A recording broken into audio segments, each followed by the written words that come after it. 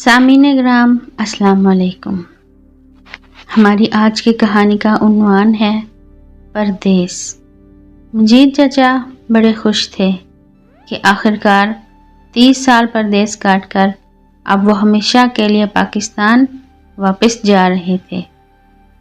ہر کسی سے گلے مل رہے تھے، ان کے چہرے پر خوشی نمایاں تھی۔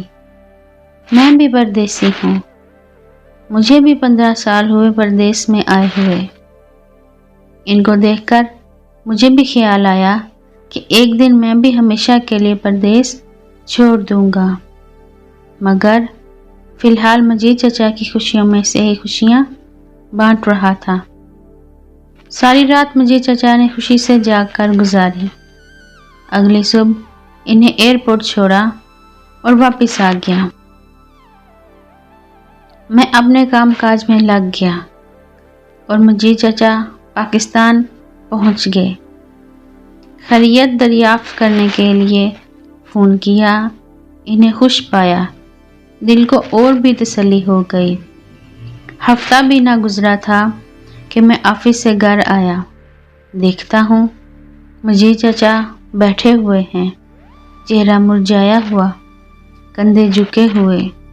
میں نے حیران ہو کر پوچھا، چچا جان آپ یہاں واپس کیسے؟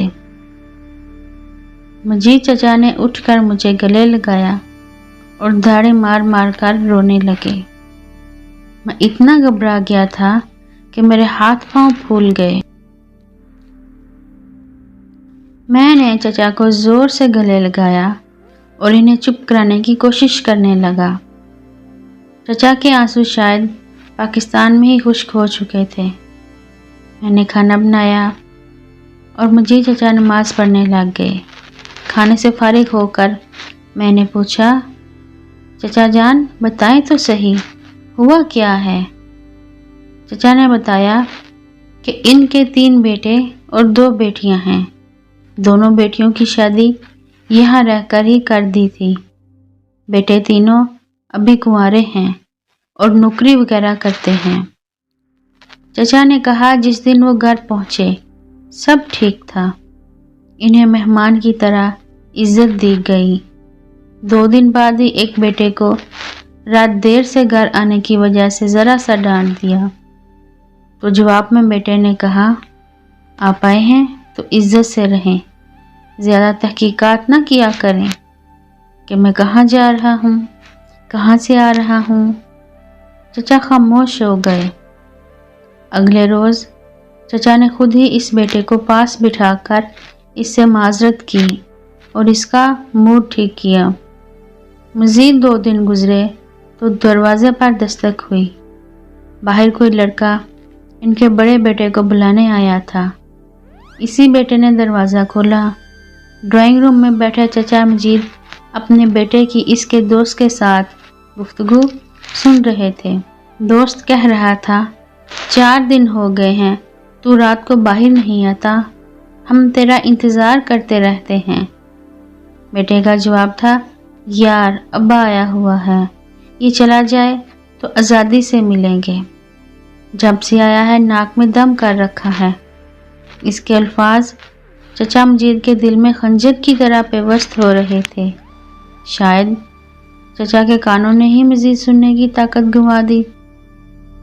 وہ بے ہوش ہو گئے اور کئی گھنٹے اسی کمرے کے فرش پر گرے پڑے رہے۔